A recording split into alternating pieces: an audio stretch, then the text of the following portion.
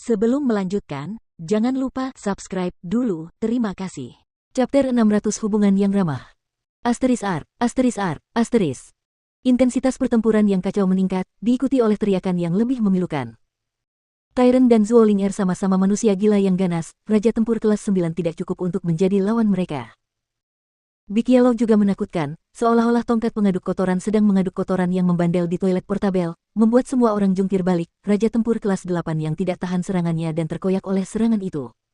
Medan perang itu tragis. Semua bangunan di biara hampir hancur, darah menguap ke udara, bau darah yang menyengat tercium di mana-mana. Banyak Raja Tempur berpangkat tinggi melakukan pengorbanan terakhir mereka, mengubah biara yang damai dan tenang menjadi neraka Asura. Insiden besar seperti itu yang terjadi di dalam biara tidak membuat siapapun di luar waspada.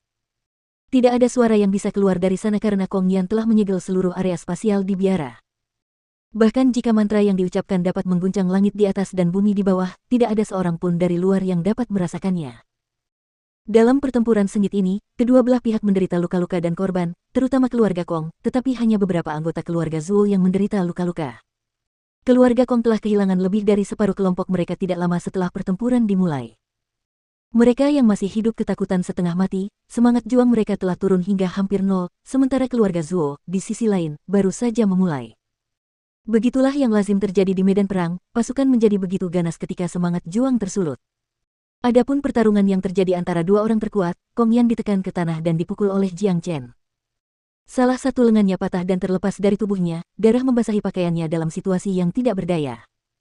Ketika dia mengangkat kepalanya untuk melihat Jiang Chen, dia bisa melihat ekspresi yang sangat santai dan mudah bergaul dari wajahnya. Dia tiba-tiba merasa bahwa Jiang Chen sedang mempermainkannya. Jiang Chen dapat dengan mudah mengambil nyawanya di awal. Sial, sungguh sial. Aku telah bertemu dengan orang abnormal yang berbahaya hari ini secara tak terduga. Kong Yan menyemburkan darah. Darah yang keluar dari mulutnya dibatukkan karena ia terluka parah, baik secara fisik maupun mental. Mengenai bagian mental, ia merasa sangat tidak senang dikalahkan oleh seorang Raja Tempur kelas 8. Tuan Kong, buka segelnya sekarang, kita tidak bisa bertarung lagi. Seseorang berteriak pada Kong Yan sambil melarikan diri untuk menyelamatkan diri. Segel itu seharusnya mengunci area spasial untuk mencegah musuh mereka melarikan diri. Namun situasi telah berubah, mereka menyadari bahwa mereka telah menjebak diri mereka sendiri, tanpa cara untuk melarikan diri dari tempat itu. Satu-satunya orang yang dapat membuka segel itu adalah Kong Yan. Kong Yan sendiri juga tidak tahan lagi dengan pertempuran itu. Ia memanggil jimat di tangannya dan melemparkannya ke udara. Setelah bergemuruh, segel tak kasat mata di area spasial itu menghilang. Kong Yan langsung melarikan diri, terbang keluar dari medan perang. Anak muda, gunung hijau takkan pernah menua, sungai hijau takkan pernah kering. Kita akan bertemu lagi. Keluarga Kong kami telah mencatat kejadian hari ini, kami akan membalas budi kalian semua 2 kali lipat di masa depan. Kong Yan meninggalkan pesan dendam dan memilih untuk melarikan diri. Sayangnya, Jiang Chen tidak mengizinkannya. Jika sejak awal kau sudah memilih untuk kabur, aku tidak akan bisa mengejarmu. Namun, dengan kondisimu saat ini, kabur hanyalah harapan yang sia-sia. Senyum dingin tersungging di wajah Jiang Chen. Saat dia menyerang Kong Yan, dia sudah menjatuhkan hukuman mati padanya. Jiang Chen tidak akan membiarkan musuh yang mengancam lepas dari genggamannya. Seseorang seperti dia, seorang kaisar tempur kelas 1, akan membawa masalah di masa depan.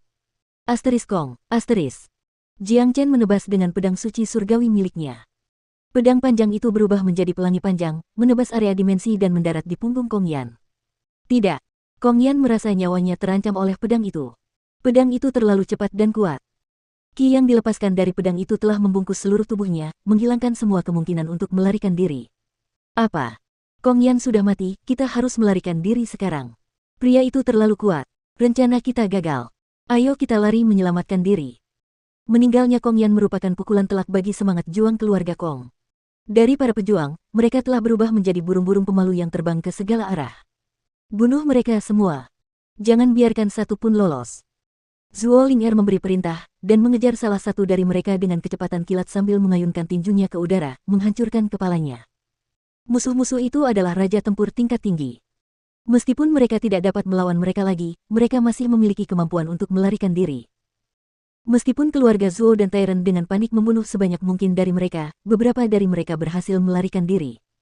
Bagi keluarga Zuo, ini adalah pertempuran hebat yang perlu dicatat. Keluarga Zuo seharusnya menjadi mangsa, tetapi di tengah pertempuran, mereka telah membalikkan keadaan dan menyebabkan keluarga Kong menderita banyak korban, termasuk seorang kaisar tempur. Keluarga Kong akan benar-benar merasa sangat kecewa sekaligus menyesal mengenai situasi ini. Pertarungan telah berakhir, tetapi semua orang tidak bisa tenang. Mereka sekarang menatap biara yang hancur. Para biksu tidak bisa menahan diri untuk tidak mendesah. Banyak dari mereka juga menatap Jiang Chen. Pemuda tampan dan berpakaian putih ini tidak diragukan lagi adalah dermawan mereka. Mereka dapat membayangkan tragedi yang akan terjadi jika dia tidak membantu hari ini. Hidup mereka semua akan berada dalam bahaya meskipun faktanya Zuo Ling'er memiliki bakat besar dan hampir menyelesaikan kultivasinya di ranah Raja Tempur. Kesenjangan antara Raja Tempur dan Kaisar Tempur terlalu besar, seolah-olah mencoba melompati saluran air hujan yang besar. "Siapa namamu, kakak?" Zuo Ling'er datang ke sisi Jiang Chen. Matanya yang berkaca-kaca menatapnya. Sungguh sulit membayangkan seorang gadis manis seperti dia memiliki sisi yang kasar saat bertarung, seganas singa. "Saya Jiang Chen." Jiang Chen tersenyum dan mengulurkan tangannya untuk mencubit pipi Ling'er. Jiang Chen tentu saja merasa senang ketika seorang gadis kecil yang manis ingin mengetahui namanya. "Amitabha, untungnya kita mendapat bantuanmu hari ini. Kalau tidak, akibatnya akan sangat buruk." Kepala biara Yuan Ming berjalan mendekat, kata-katanya penuh rasa terima kasih.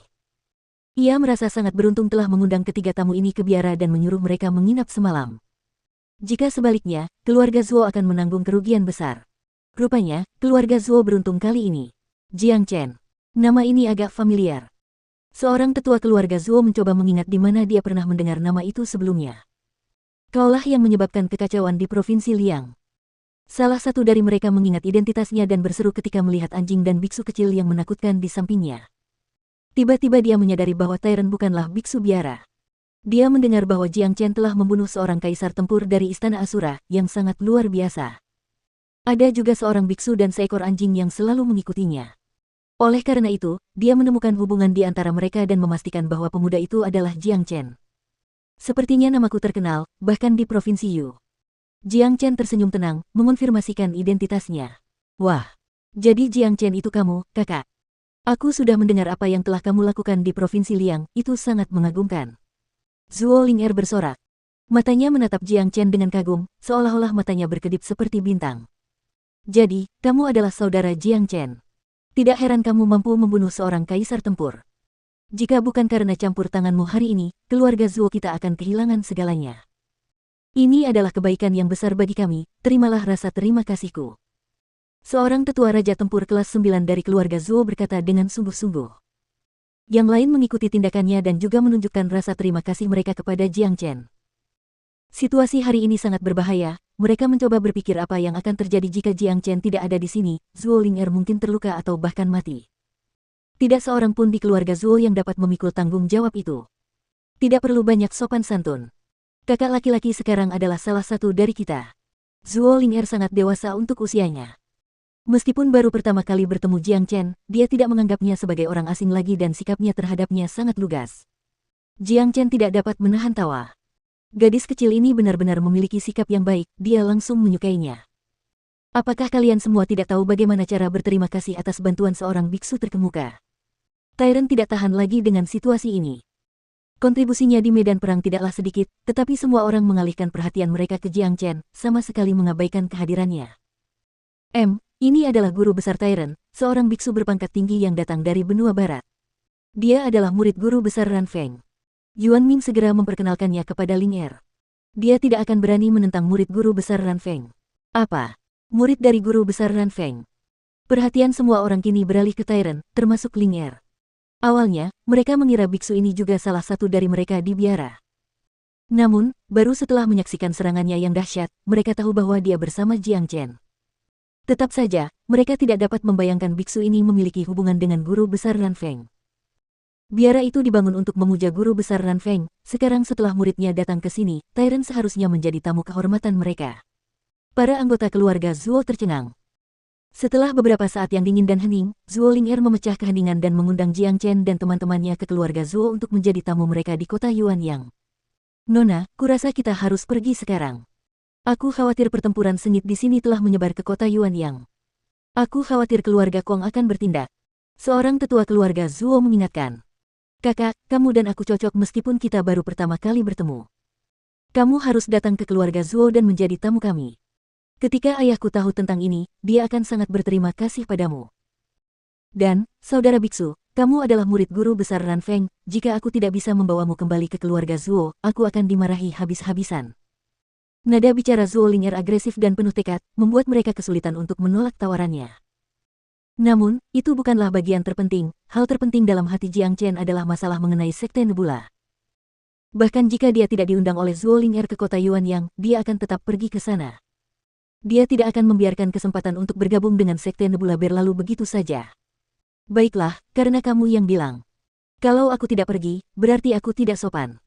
Jiang Chen berkata sambil tersenyum.